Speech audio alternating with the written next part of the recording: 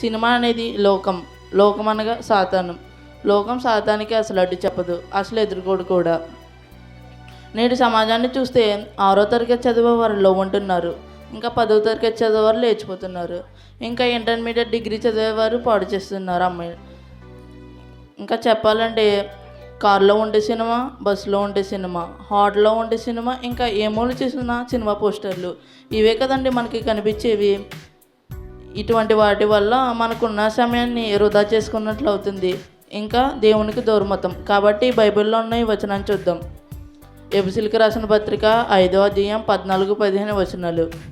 సమయాన్ని పోనీక అజ్ఞానుల కాక జ్ఞానుల వలె, అంటే లోకంలో ఉండేవారి వలె కాక జ్ఞానుల వలె ఉండాలి, అంటే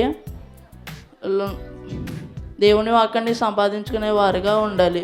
కాబట్టి ఇప్పటికైనా సినిమా అని ప్రాకులాడక దేవుని యొక్క సమయాన్ని ఇవ్వండి, లేకపోతే దేవుడు మన సమయాన్ని తీసేస్తారు.